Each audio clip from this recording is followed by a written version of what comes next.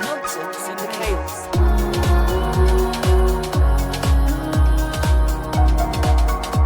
Wicked witches.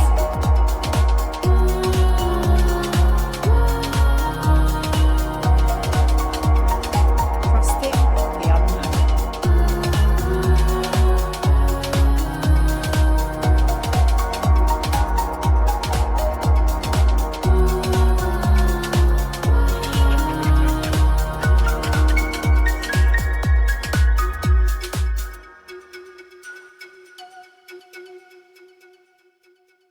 Today I'm going to be talking to Rachael Taylor, who's an extraordinary lady that I had the pleasure of meeting at Glastonbury Festival about 3 years ago. We were put together through Shangri-la, through the amazing Kay Dunnings, who just is a wonderful curator who creates the whole of the Shangri-La experience and is unbelievably epic. I hope to interview her one day. But her ability to put humans together and for just unbelievably mind-blowingly huge things to happen is quite a feat. Like, she's so good at it. And her Nomad area as part of Shangri-La is where she's been putting together activists, seeing all sorts of interventions and art and brilliant work. And she puts us all together in a festival and we all chat and we all meet. And it's a bit like a summit. Whereas if we actually had a summit with these people getting together, then the police would be all over it. But because it's a Glastonbury and it's under the guise of being part of the festival, it's under the radar. So it's quite an amazing thing. And lots of collaborations and brilliant bits of work have come from it. And yeah, got to the first year that the Nomad area was there, Kay asked me to interview people, actually mainly so the different artists and activists could hear each other and hear what each other were up to and then go, oh, I want to talk to them. So I sat on the stage and interviewed people, and I interviewed Rachael, and she was just a delight. And then every time we bump into each other at Glastonbury, we have stunning conversations that blow my mind, that excite me. And so she asked me to speak on her podcast, Shapers of Society, which is brilliant. I highly recommend following that. And then I asked if she would come and speak on the Nonsense in the Chaos, and she did. So this is my conversation with Rachael. I hope you enjoy it, and I'll see you on the other side.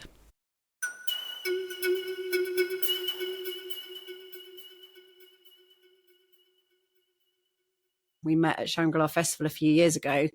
And at the time tell us about the project you were doing first of all, when I interviewed you on the stage. What were you working on then? Oh, yeah. Was that just after COVID, the first year they were back? Yes, wasn't it? It was the Reclaiming Waste project. It was to do with things we sort of chuck away, as in food waste, and the clothes we chuck away. And sometimes we can find those connections between turning the food into dye that could dye the clothes to make them look different. So there was a bit of like also realizing that everything comes from nature and everything goes back to nature. So when we're thinking about creating something sustainable, it's amazing how many projects that are created for sustainability in an unsustainable way, if that makes sense. Yeah. So what I was trying to show was we chuck away a lot of stuff that could be really good resources. And that also, when we think about making an idea, we need to think about what we're taking and what we're returning, because not everything we take is sustainable, and the way we return it doesn't always replenish the planet. But as you know, with me, it was also about alternative economies, and it was talking about planting your seeds for the future. There's always a participatory part of hearing someone else's voice on what they think. I don't like to dictate to people. I like to hear what they've got to say. Yeah, I'm a course leader at University of Brighton for fashion communication. So when people hear fashion communication, normally they say, what's that? But it's using different ways and different tools like photography, styling, film, social media, branding to help people kind of connect with fashion. Sometimes that will be to do with the commercial side of fashion because it's really important. People know that, but it's normally done through the lens of being sustainable and think about what you're putting back in the world. And also we try to sort of think about fashion not as this thing that you just consume. It's also fashion can be used as an important message for something, for change. So it can communicate lots of different things that may be hard to talk about through the expression of clothes, or a photo shoot can like highlight certain situations going on. So a lot of students tend to sort of personalize their projects. I had one student talking about disability in subcultures and how there's there's not equality in that because a lot of teenagers are left out who are disabled. And she said, that she was talking from her own experience, that we still have all those desires that teenagers have. And she was talking about ableism. And then other students connect a lot with nature and sustainability, or it could be talking about non-gender. So they're using their platform of using fashion, which a lot of people connect with, to then talk about a bigger issue that people tend to listen to more because they're hearing a different story and they can connect with it more. And I think that's the power of fashion, but the power of art generally. Yeah, absolutely. Oh, that's really cool. I love that. Yeah. And this year at Glastonbury, you were talking about rest, weren't you? Which I've just done a podcast about, kind of leading into you talking about this. So yeah, what were you sharing at Glastonbury this year? I read this book called Rest is Resistance by Tricia Hersey, and I'd really recommend it. It really resonated because the way she talks about rest, she's talking about racism, capitalism, and how we live in some of these systems that demand our time, our bodies, expecting us to just always be productive. She's talking about how claiming rest back is your right. That really influenced me. And I started to research around burnout because there's so much more burnout today. And that connection of when people aren't resting, the connection to mental health is. I connected that also with thinking about your nervous system when you're on fight or flight. And if you're constantly on fight or flight and then you're not coming back to that rest and recovery. So I feel like I called it freedom to rest because that is something I hear people say a lot. If they only had time to rest, or it's a privilege to rest, or, too many emails to not do work after work. People putting pressures on themselves that actually, even if you just take your lunch hour, can make a big difference. It's people always being on. And then if they're not resting, they're getting caught up in that spiral of always being on. Glastonbury was about freedom to rest and reclaim your right to rest because everyone has that right. There was a bed outside to symbolise rest, and a lot of people would come along and, at Glastonbury you get quite tired, you're walking around a lot, and they go, "Oh, bed, can I sit on it?" And I'll be like, yeah. Inside I had different quotes that my team painted with me to sort of highlight rest. All the posters were positive statements and affirmations about rest and questions. I had different books, and when people came in, they said, "What do I need to do?" And I said, "Just rest." And they're like, just "Oh, stop." what do you mean just rest?" And then when I was chatting to people and I got them to sort of feed back a question, what does rest mean to you, and what stops you from resting? A lot of people said work, their own sort of pressures they put on themselves. It really made them reflect of, actually, maybe I could take time out. I had badges and these little seeded messages.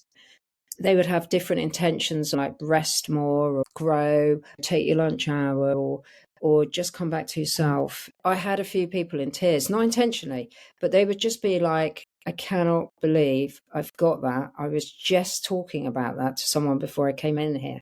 And I was like, wow, that's so amazing, the synchronicity of that.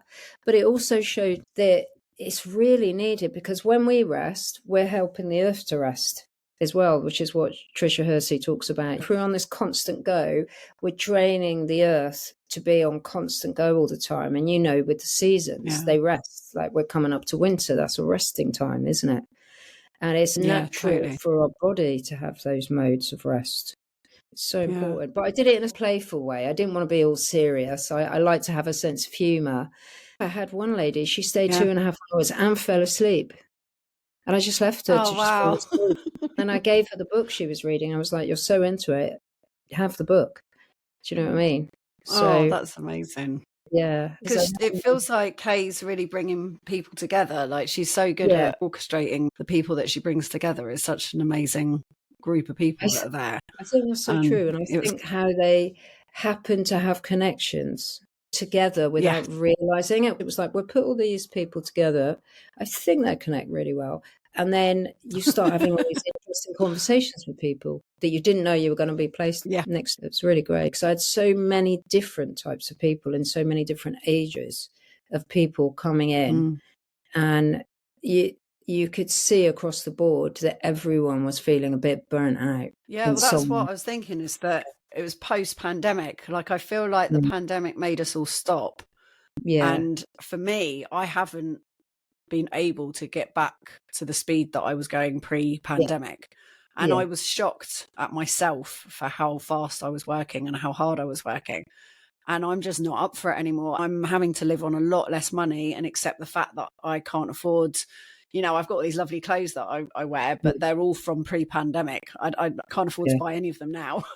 And I can't afford to go away traveling or do anything. But I have free time now and I can get up when I want. I get up late and I give myself that permission. But it does come at the price of having no money. I haven't got a pension. I'm not retiring. You know, I'm going to be keeping on going. Because artists don't retire, do they? They just keep creating projects. And I think it's important for artists to continue because there's so many wisdoms as you get older.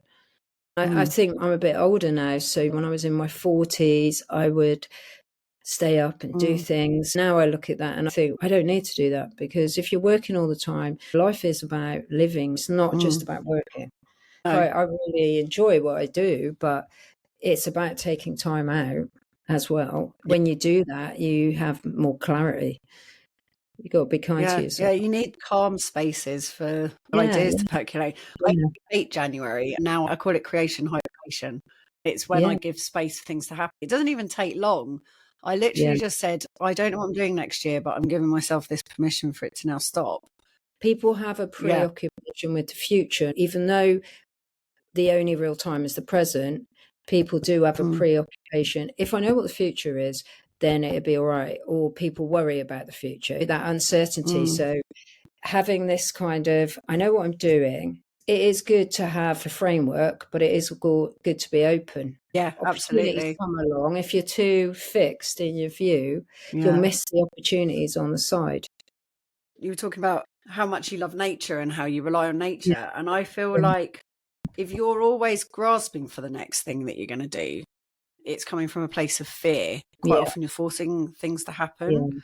Even though this was a much shorter period of time than I thought it was going to be, I did let go and I stepped off the cliff into the unknown for a moment. I went, I'm letting myself have the winter to see what percolates and see what comes through.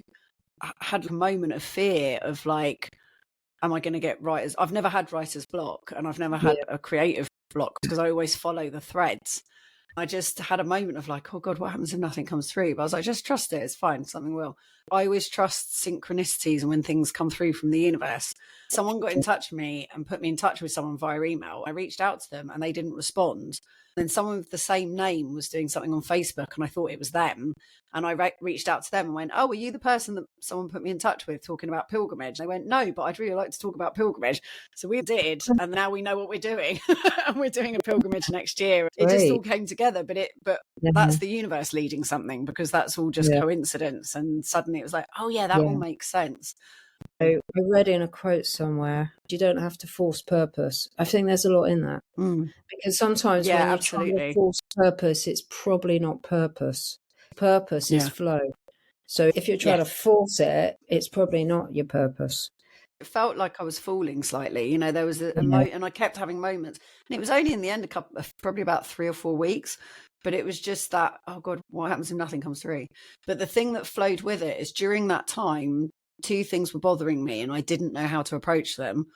One was Gaza and what's happening in Gaza and just being like, I don't know how to do something about this. And then the other one was to do with sexual assault with women. There was a few things that have happened here that aren't being dealt with properly by the police, and I'm annoyed about it, not just in Saltby and Guernsey, like just in the Channel Islands in general. I still haven't found the way I'm going to work with that yet. But what came through with Gaza was the woman I spoke to about the pilgrimage. It turns out that St. Michael, which is that line, is the saint of Israel, because he's the highest archangel and it's the Holy Land. And so he is the saint of Israel. Actually, we'll be walking in that direction with this energy, with this archetype. And the play we perform along that route is George and the Dragon, which is a crusader fighting a Saracen knight. And so when we walked to COP26 in 2021, we were listening to the land, and we listened. And it was such a key thing, because instead of walking up there ranting and shouting, we were asking people, what do you want us to say to delegates? I feel like I would like to do the same thing with perform George and the Dragon, create this creative offering and a reason for us to come together. But the question is, how do we create world peace? And what does that mean? How do you feel about what's going on in the world? Is there any message you want us to send to Gaza? What do we want to send down this line? What would you like us to send down this line? It's really good. So that just all came together. That's my way of being able to do something. I don't think it's going to stop the war. It would be lovely if it is, but it's just doing something, and it's putting that energy in there, isn't it? Which then resonates, doesn't it? Coming from a place of love and support, that changes things. It vibrates out, and you don't know what ripples are affecting who. You don't know who then has a conversation with who and how that ripples out. So you just got to keep making your note, send out your vibration, and just add to the symphony and try and change the symphony. That might give people hope. Do you know what I mean? Someone who didn't have hope, give someone hope, which is really important. Absolutely. And that's what I love about doing stuff at Glastonbury. I was saying to my mate, I wonder if anyone kept their little message. She went, yeah, probably someone's got them in their wallet somewhere. Absolutely. They're on someone's altar. You do these things from a good place, and you just put it out there without any expectations of knowing if it makes a difference or not. But the intention is to just do it, not to go, hey, look what I did and it made this impact. That's what's so amazing about being an artist, is trusting it is the unknown. You can speak through different things, like with your walks, with your theatre, with the different work that you do and the different work that I do, whether it's fashion, whether it's a badge, whether it's a little seeded message, it's a poster, all those things you can channel as a message. You know what I mean? Absolutely. That's what I love about art and creativity. It stops me feeling disenfranchised. It stops me feeling incapable. Because when I'm looking at social media and people are posting things all the time and showing what they believe in and care about, I'm not up for doing that, because I don't want the algorithms and people to know what my views are. I do want to do something. It's just working out how. I have to let it percolate. I have to let it come through and find a way of doing it that feels authentic for me, and then it feels like the right thing to do. It's interesting what you were saying about speed and how being busy is actually bad for the planet, because I was just looking at something about how ChatGPT or AI thing uses like 10 times more energy and water than doing a Google search. And that was really useful, because then I was like, okay, I only ever use that if you need a Google search wouldn't do it. And if not, then it needs to be a Google search. Every time you're using social media, every time you're using anything, is using power and energy. And they're not a cloud that's this lovely little fluffy cloud in the sky. It's a hot battery that needs water, cooling. And land. So sometimes when I was doing digital futures, when I was working somewhere else, education, I was looking at the impact of like technology and AI. And also, it's not just water, it's land. Sometimes that land is taken, would have been land people would have been living on, or they then won't have access to as much water, all the databases. I don't think everyone thinks of databases. I think they think of it in the cloud, but that involves a database. And now that's gone up in a level with AI.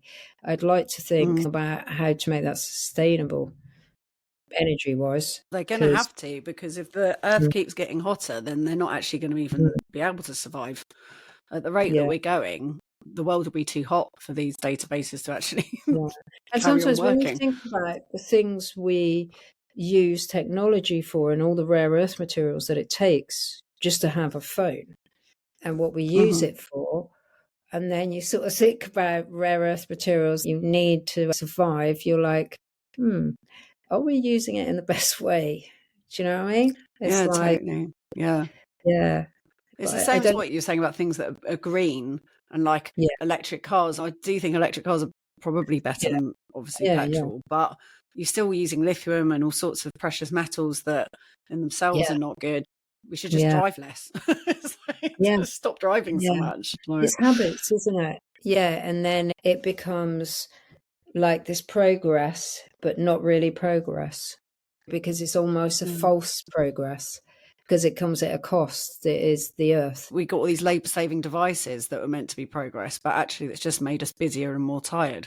So for everything and everyone involved, it doesn't feel like a benefit. It feels like it's just, except for profit, which is just some mad kleptomania number. There's that thing where it almost makes people overanalyze. I find that if I'm in nature and you just be in nature, you don't think about anything, and then you'll get wisdom from it because you're not trying. Sometimes with technology, social media, the Fitbit and all those things, as much as there's a place for them, sometimes people are overanalyzing themselves rather than trusting that inner wisdom. It's all measured. I think that's the word. It's measured. And you can lie to yourself about measurements, whereas you can't lie about how much you actually feel better or whether you fit in your clothes or not. You can be saying, oh yeah, but I've done so many steps or whatever, or like cheating the number of calories in a thing that you're eating. Like you can lie to yourself with data. It's another target to reach. And if you don't reach it, someone's going to feel bad about themselves. And then you have people feeling bad about themselves because they didn't do the 10,000 steps. And it's like, it's okay. Yeah, it doesn't matter. It doesn't matter, really.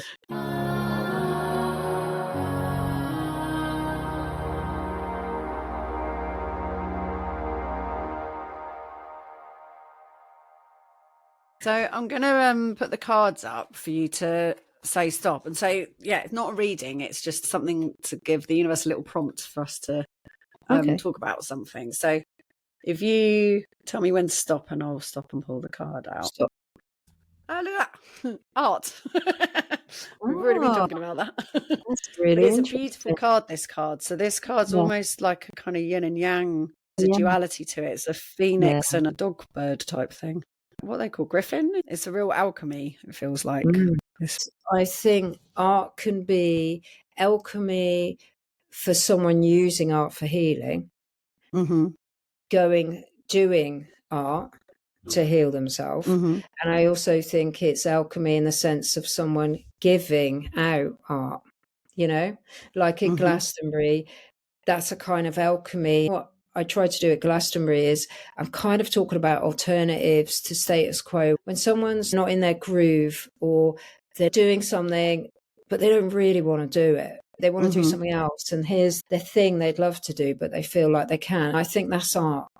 That's alchemy in the sense of totally. Art sort of shows you what's possible and what could be possible. It gives hope, and it also gives people a new way of thinking. That's what I like about it. Absolutely. You're transforming something, aren't you? From something that, well, it's lead to gold, isn't it? But in life, that could be a challenging situation into a lesson that you've learned something through it, even though it might not have been easy. Art helps to show that without having to say anything. It can say it in feeling and emotion from what someone gets from just looking at a piece of art. When I was in Madrid in the summer, oh my gosh, I'm not going to be able to remember the Picasso piece. There's a really big one and it's got a really cool name and I can't remember. Battle, the one that's like a battle. Yes, it is that one. With a kind of with a bull and stuff in it. And you just look at it, you go, I've seen that in books, but wow. When you see it in actual person, in real life, it's a whole nother thing, the emotion that goes into it. And what I love about, which I think is alchemy as well, is how everyone, when they see a piece of art, whatever it is, theatre, I'm talking about art, it could be theatre, dance, someone will be getting a personal transformation from it. That's how I sort of see alchemy, like you with your walking. Absolutely. The artist has an intention and they're creating the art, and people are reading their own things into it. But also just even the act of seeing someone do it. I remember there were 2 moments for me in my life that changed my life. One was seeing a bunch of 7, 8-year-old clowns at Edinburgh, and I was maybe 6 or 7 myself. I was like the younger end of however old this group were, but they were sort of my age and older. They were French. There were a group of French kids, and thinking back on it, they obviously lived in a kind of commune or something. They were a community and they'd obviously grown up with each other, and they were there in clowny outfits and stuff, just doing street theatre. But it was the camaraderie, and that's kind of what we have with the pilgrimage. We're this weird group of people that move through a village, or we move through a town, and sometimes it can just be that some housewives chatting over their fence just see us walk past, and we completely disrupt their reality. That fleeting moment makes you realise that there is a whole world out there that you're not aware of, that you could be living. You interpret it however you interpret it. It could remind you of a book you read as a kid, dream you had of running away with the circus, which was what I had.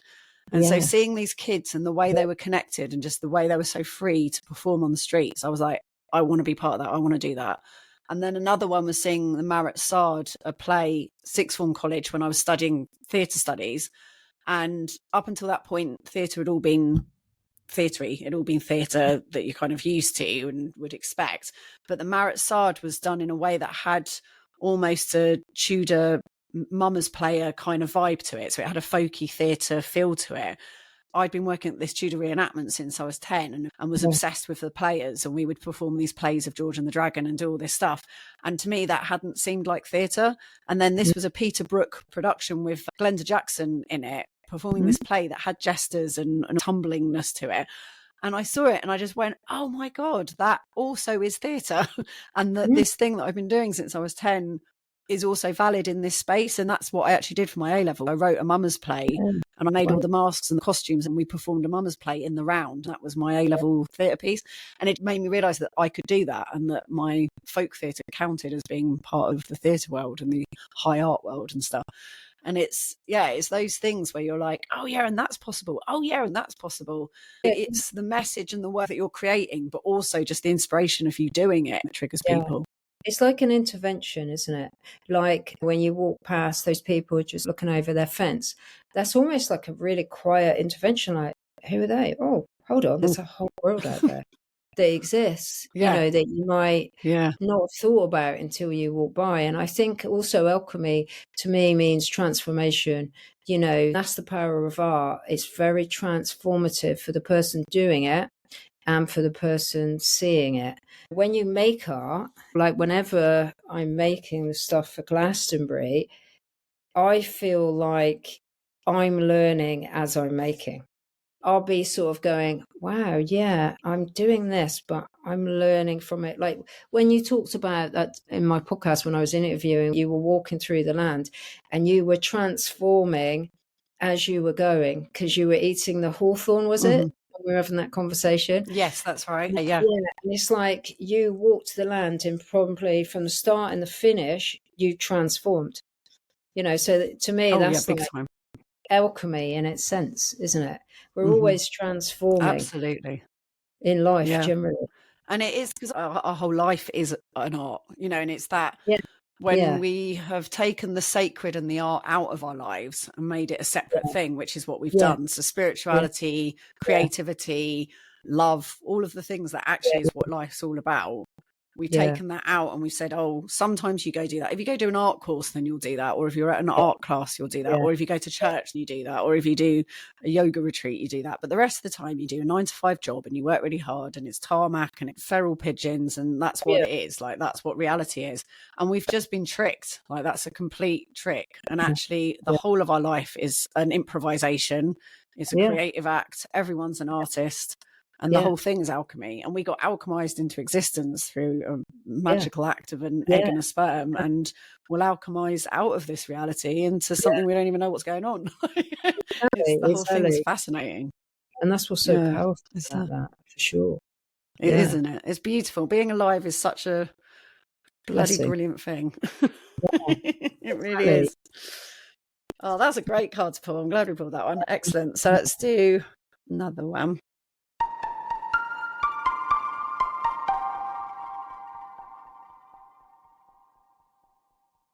Thank you so much for supporting this podcast and for listening and for just enjoying it. I'm really glad you're here as a listener. Thank you so much for being here. If you love what you're hearing, then please do tell people about it, share it, like it, review it, support it any way you can to get the word out there. This is very much a grassroots endeavour. It's me on my own as a little one-woman band trying to make this happen. So anything you can do to help promote it would be hugely appreciated.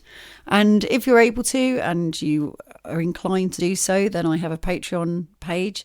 If you want to give a few quid a month, and that just helps keep me ticking along, which I would be hugely grateful for. And it's, such a kind and generous thing to do. And I hope, which would be, in this climate and this time, it's very different to be. It's normally hard to be an artist, but it's even harder at the moment. So I would be hugely grateful. And if you're able to afford £9 a month, which is the second tier, there's only 2 tiers, then you get the videos of this podcast. So you'll be able to see me sitting here in my lovely pomegranate necklace that I'm wearing and my new blue Mohican that I cut last week. So yep, for that you get a few extras, but there's lots of little bits and bobs that I put up there. I put videos up and articles that I write for the Guernsey Press I share on there for both tiers. So you get something for it, but I just appreciate you listening and being here. Thank you so much, and on with the show.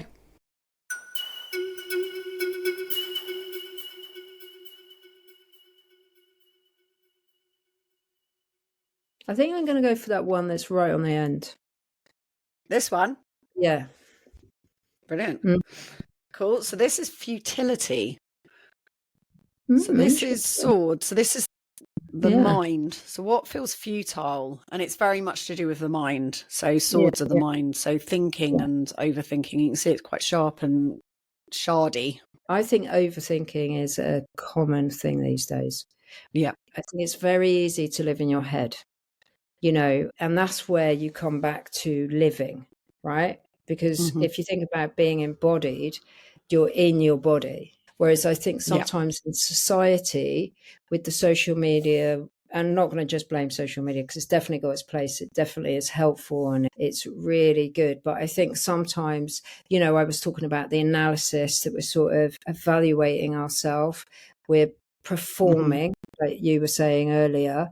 And sometimes, different social media can play into that, but it could also play into helping people with not overthinking. There's all the help things with regards to helping people to be aware of the support, etc. But I think in today's world, especially if you don't go out in nature much, it can be very easy to be in your head.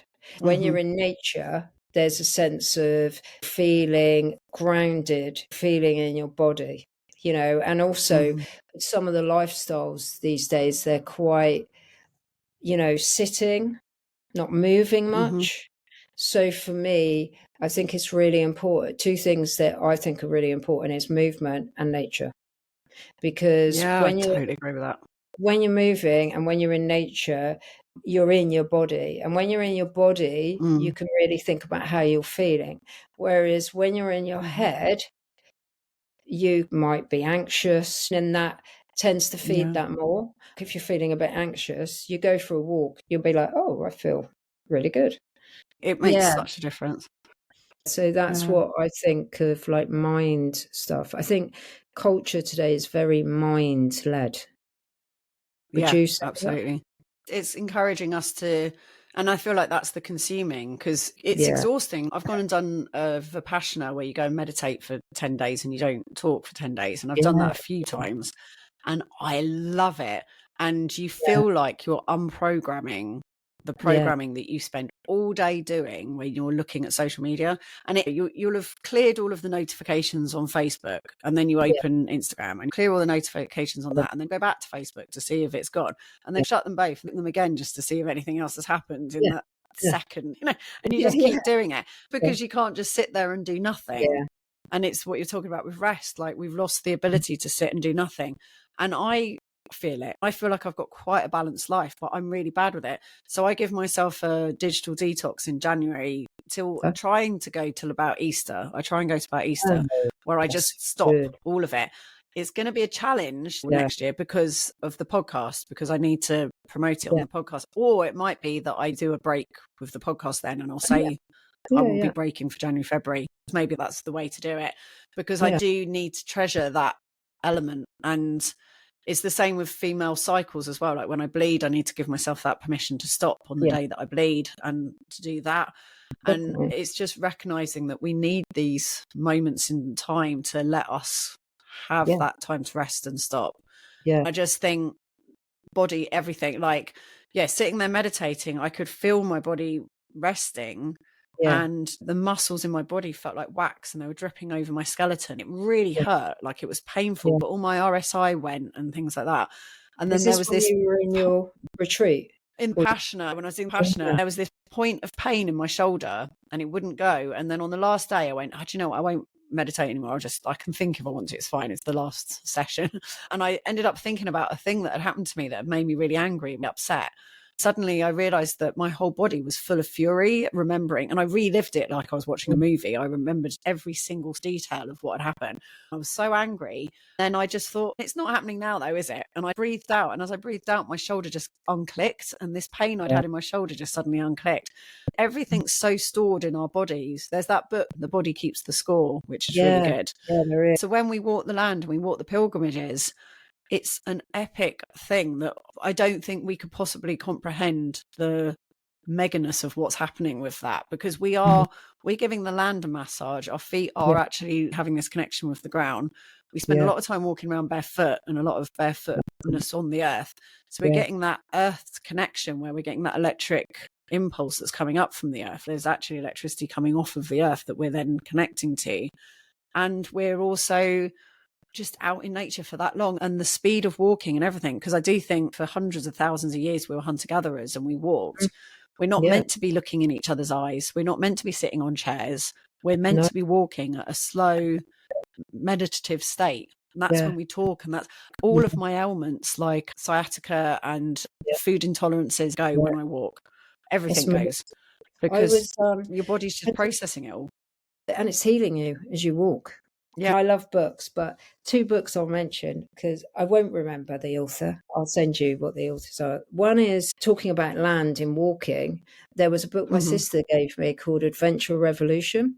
She works a lot with people going through anxiety or mental health or different challenges, and she takes them on a long walk over mountains, quite challenging situations where they have to climb a mountain. We're designed for adventure. We're designed for uncertainty. Even though we're always craving certainty, we're actually designed to be in uncertain situations when we're out in the countryside or climbing up an uneven territory. These are all things our body are built for. And she was talking about how when people go back to normal life, they're like, well, I did climb a mountain, so maybe that is not quite as bad as I thought. Talking about festivals, when I went to Elderflower in the summer, and you're out, aren't you? Or even Glastonbury, you're out all the time in nature. You might be staying in a tent, but you're still in nature, you're still outside.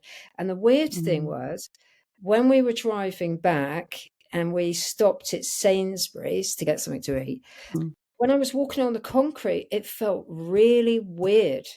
I was like, this feels really flat and it feels odd. I can't feel the connection to nature on concrete. I thought that was really interesting. Another book I'm reading is called The Nature Principle. He talks about how we've got attention fatigue because we're always on. You know, there's a message there, like you said, the notifications, then you're online, then you're doing this, and then you've got your workload, and then you've got your own thoughts as well. And then he said, so what's happened? We've got fatigued. And he was talking about nature and soft fascination, which is when you're in nature, you're not having to try, you're not having to work anything out, you're not having to problem solve, you're not having to understand anything. It's not trying to grab your attention, it's asking nothing of you. And I just thought that was really nice to think, oh, when you sit in nature, it's giving to you, it's not taking from you.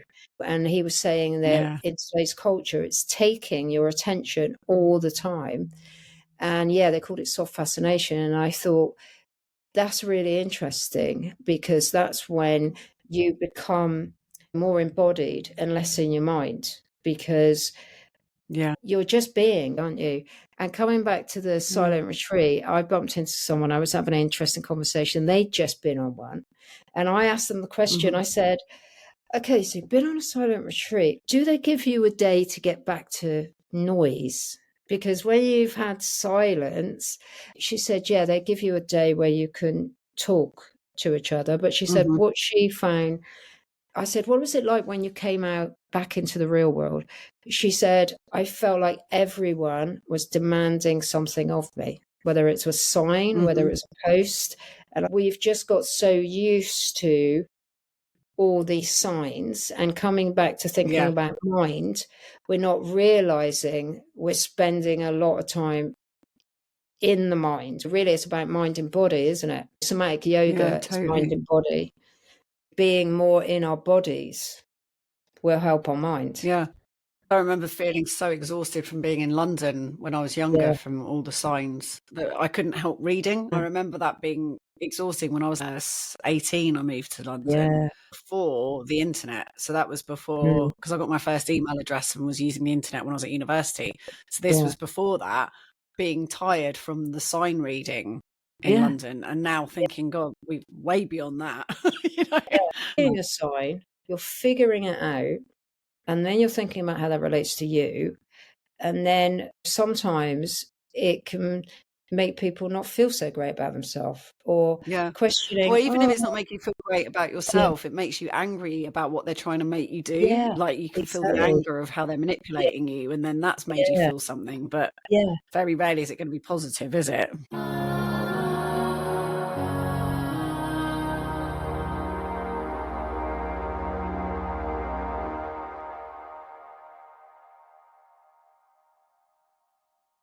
Right, so we'll do the last card. Okay. Stop. Just that one back a few. Or just, go for that one. This one here? Yep. That one. So this is defeat. And something I wanted to talk to you about, and I feel like this relates to it or links to it, is money and alternatives to money. So how do we defeat defeat the things that it feels like are attacking us or destroying us? Interesting one, isn't it? My first thought when you said what can we do about what defeats us, just the word trust came to mind. And if you think about it, that's what's on money. It says in American money, it's we trust, isn't it? In money, we trust, or it's about trusting. I mean, it's all based on debt, isn't it? Cash. When it was first started, it was a borrowing thing. It was like, I owe you £5. I'm going to write it out on this piece of paper, and then I'm going to trust that you're going to give it back to me. And then that eventually turned into pounds. I think maybe when money first started, it was a bit more solid. It would be a gold bar. You knew its value. When I was doing my MA, what I found really interesting was that when you go into the British Museum and you look in the money section, you see the evolution of money, how it's become less real. I went to a positive money talk. They talked a lot about money and that aspect. I just found that really, what you mean when you transfer, it's just all in the air and it's not real, but it exists somewhere, surely. I think it's an interesting one, money, because in some ways you need money to do certain things, right? But you don't need money to do everything. And that's what I came to the conclusion when I was doing my MA. It started with me writing a future story. And the future story was, what if we stopped making new things? And then I was like, how would that affect fashion? Because that's what I was exploring. How would that affect shops? How would it affect people? What about lifestyles? And then I got to the conclusion that actually there was all these other alternatives like swapping and renting, and actually we don't need money for everything, but we think we need money for everything because money means you can buy something, but you do need money to have a home. Do you know what I mean? Well, you do in England anyway, right? So you do need money to buy some food to a degree, but you could grow your own food. You could be part of a food hub or community. I started to explore alternatives and collated them. I wrote a paper about it called Invent Your Own Fashion Economy. I based it on fashion because that's what my MA was. Then I thought, actually, and that's when I sort of started the ideas at Shangri-la, actually it is possible to not rely on money for everything. Like you were saying about clothes, if you rallied around with all your friends, you could have a clothes swap. You wouldn't have to buy any clothes. You could just all swap totally. your clothes. When it becomes a bit harder is for if you want to go on holiday, there might be some negotiation, but you're probably going to have to pay for your flight. I think people put their trust too much in money and what it's going to give them. And sometimes it doesn't give them what they think. Connecting back to what we were talking about, overworking, it's normally because someone's got to pay for something, because they're now in this sort of situation where they've got used to their money and then they need that money. You do need money for some things, you don't need it for everything. And I think when you start looking at alternatives, it's really interesting. The future is more about alternative economies. They don't have to be big, they could be small. You're seeing more people bringing in new ways to sustain themselves. Patreon is a great example. They are still pretty underground and they haven't sold out to anyone, as far as I'm aware. As an artist, it's the same with Bandcamp. You can put your work out there to your fans. They want to invest in what you're doing. They want to see more of it. And you're not trying to oversell to them. They're wanting to support you. So I think that's a really good alternative. Sometimes it's the carrot and the stick. Just a bit more, just a bit bigger. I just need a bit more stuff and then I'll be happy and then I won't work as much or I won't need as much money. I'm not going to say we don't need money for stuff, because I think we do need it for some stuff. I just don't think we need it for everything. You're making me think of Cuba. Cuba is stunning. I love Cuba. I was there before. I don't know what's changed since their relationship with America's changed, but it feels like it has probably changed a bit. I was there before that had all happened, and they'd had the embargoes, and so they didn't have access to a pen factory, and there wasn't a lighter factory, so they just didn't have pens and lighters, and they didn't have a car factory. But because it was from the 50s, they had those beautiful 50s cars that you could just gaffer tape back together again, and you can just fix bits and stick things back on, because that's the way they were made. And people did have original 70s clothes that they were still wearing because that's what they had. And it worked. They were on their feet when I was there, getting by. Seeing that, you can see how it does work. On Sark, on the island where I live, we have incredible jumble sales, because our main issue is getting rid of rubbish. I'm in the government. I'm on the infrastructure committee, and rubbish is the main issue for any politician. And we do amazing jumble sales, but at the end of the jumble sale, all that stuff, unless you're going to pass it on to the next jumble sale, which means someone's got to store it, then that will get thrown away. But we're at least trying. Everyone is at least doing the jumble and recycling. But our jumble sales are amazing, especially coming from Brighton, where I know that the boutique shops would just be full of this stuff. This is all like retro. My whole house is 70s, and it's full of all this incredible 70s furniture that if I'd bought from a boutique shop in Brighton would have been thousands of pounds, but I got for like 30 quid in total for all of it, because it was all from people passing it on to each other. I think what's interesting about that is waste. Again, it's one of those hidden things, waste, isn't it? We put it in the bin and it goes somewhere, not sure where, to a dump. It's very easy to not think about waste. I think we all, to a degree, have too much waste, whether it's food waste or waste. God, it's ridiculous. It's very difficult in that sense. And another thing about passing stuff on and swapping and having jumble sales, I love what Kat Fletcher does. She's got a free shop in Brighton. I send my students there, And I say, if you're going to start somewhere, start at the free shop. You can get things for your home, but you can get free clothes. You might get some props for a shoot you're doing. She's keeping it in circulation, but giving it away for free. That's helping people who can't afford it, but it's also helping other people realize, I'll go there first before I go and buy something new. And I think more places like that would be amazing. Say all the stuff that's got left from your jumble sales. What if there was a shop that was just a free shop with all the stuff in? So we do have a charity shop. So we only have one clothes shop on the island, and that is a charity shop. So we don't have free healthcare. We have the Professor Saint Fund, which the money goes towards our prescriptions. It means that our prescriptions are actually cheaper than they are in the UK, but we have to pay for everything else. We do get cheap prescriptions because we've got this charity that we're putting money into the whole time, doing fundraising events for, and also this charity shop. So the good things go to the charity shop, but there's still scope for us to do stuff, because actually we're thinking about merchandise and ways of making and doing things that we could make money from. But rather than it being new merchandise from new things that's being generated and is then more resources being used, it's an interesting idea to go, what about using stuff from the jumbles? Yeah, that's a really interesting idea. I think that would be great. Thinking, okay, how else could we circulate this? And how else could it become something? I think when you sort of open the idea of alternatives, I think when we think in these linear ways of money, profit, I think what's happened with money is just so caught up in profit. And sometimes that profit is over people and planet. So I think money is energy, isn't it? If it's only getting hoarded, it's not giving back.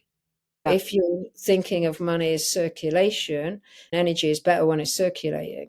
With regards to people not feeling defeated, what alternatives that are positive for you, other people, and the planet could you create? And sometimes it's just asking that question. What else could we do with this stuff from the jumble? Everyone comes up with an idea, and before you know it, you've designed a whole system to put all that stuff in circulation. Before Glastonbury, send a list, and then I'll go in, and she's collected all this amazing stuff.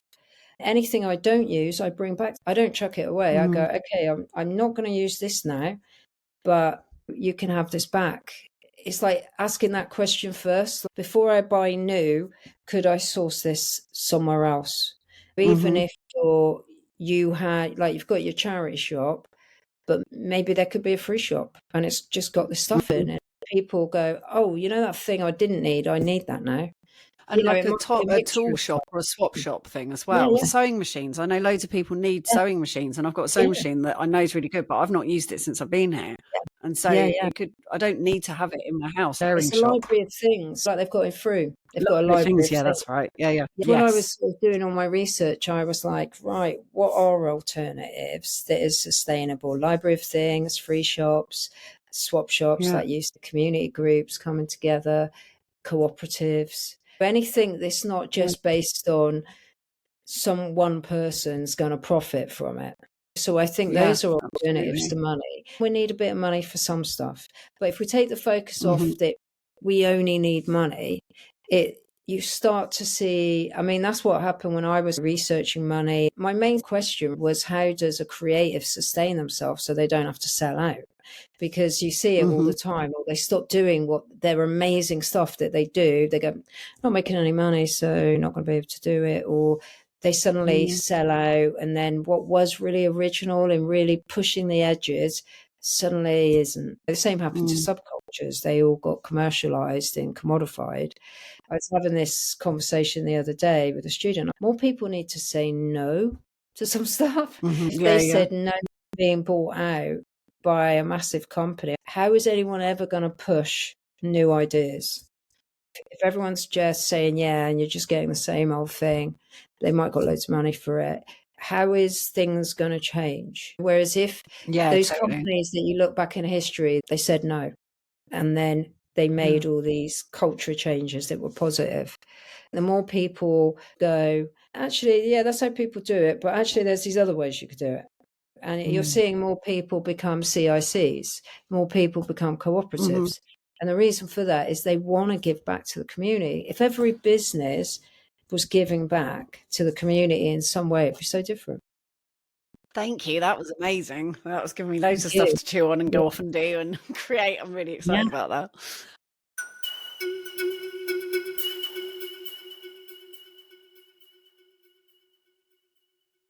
The last thing I wanted to ask you was about the Chaos Crusade. What is your suggestion for people to do to stop the kind of hamster wheel and get off for a second?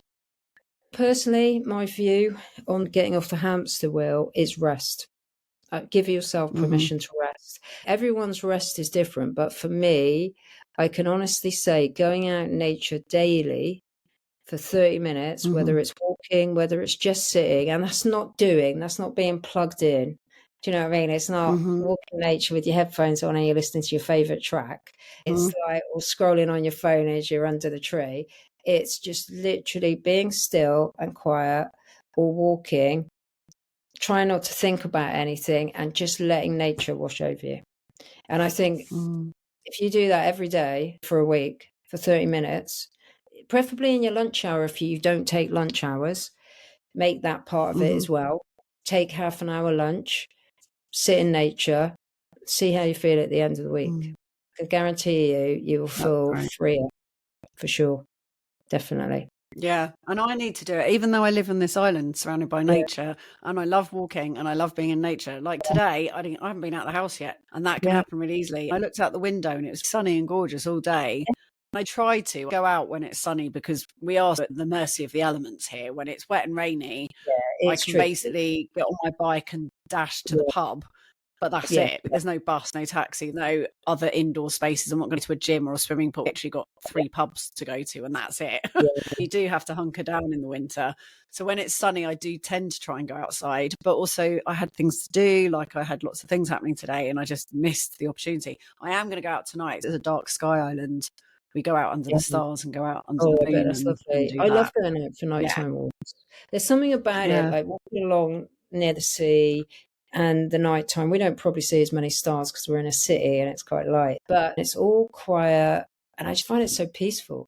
I was running around today. I seen glimpses of nature. Go, oh yeah, there it is. The sunny day. It looks amazing. That I'm just going from A to B. But I think it's just noticing that you noticed it. You could do that for days, but you notice it when you don't do it. And I think the more you spend in nature, the more you notice when you don't. And we are nature, aren't we? So when we're in nature, we are connected to ourselves. The most connected you can be is in nature, for sure. And you know that well with your walks, don't you? Yeah, I love it. I love it so much. And she is. And it, like you say, it's not being plugged in, because I can go for a few weeks where I'm out and I'll go for walks and I'll go down to the beach and I'll go for a swim. And obviously I won't have my earpods in when I'm swimming, but on the walk, I'll be listening to a podcast or a story or as I'm walking. Just the other day, I took my earphones out and I wasn't listening to something. And I was like, oh, I feel amazing. And I was like, oh, yeah, it's because I'm not listening to anything. Your attention is gone, oh, my gosh, I can relax. I don't have to put attention on anything. I can just be. Yeah. Yeah, exactly. Yeah. Brilliant. Oh, it's amazing. Well, thank you, Rachel. Thank you so much. It's really enjoyable. I love hearing all your wisdom. Yeah, cool. Yeah, I'm going to stop that.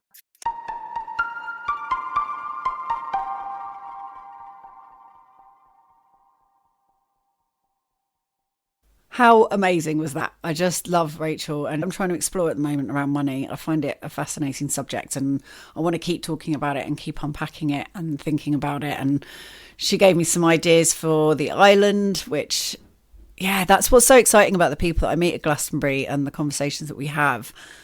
There are new ways and different ways of living, and there's more moving parts at the moment than there's ever been before. And that's one of the big things that gives me hope. So there are more inventions being invented. I think it's like they're being invented exponentially now. So space between the first invention, like fire, and then like an arrowhead or an axe head, and then the wheel, those periods of time are quite long. And then they've got shorter and shorter and shorter. And now they're doubling exponentially, as is memory storage. And it is changing things. So it's not like, yeah, they're doing fake news online, and that's the equivalent of the propaganda that was being used during the war, where they were dropping pamphlets and things on, in London and stuff. But people have the capacity to do research and to actually find out whether things are true or not. Not it's up to them, but we have the capacity to find out so many things and to learn things, and so many things have been created and invented that even though they're spying on us and there's all these algorithms and there's ways of knowing what we're doing online, there's so much going on. There are people thinking about different ways of living and creating society and are dreaming a positive future. And it's just brilliant when you meet them and you go, yes, okay, that's a different way of thinking. I had never thought of that. That's amazing. Just looking at in SARC about ways of creating branding and like merchandise, these jumble sales where loads of stuff gets thrown away at the end of the jumble sale.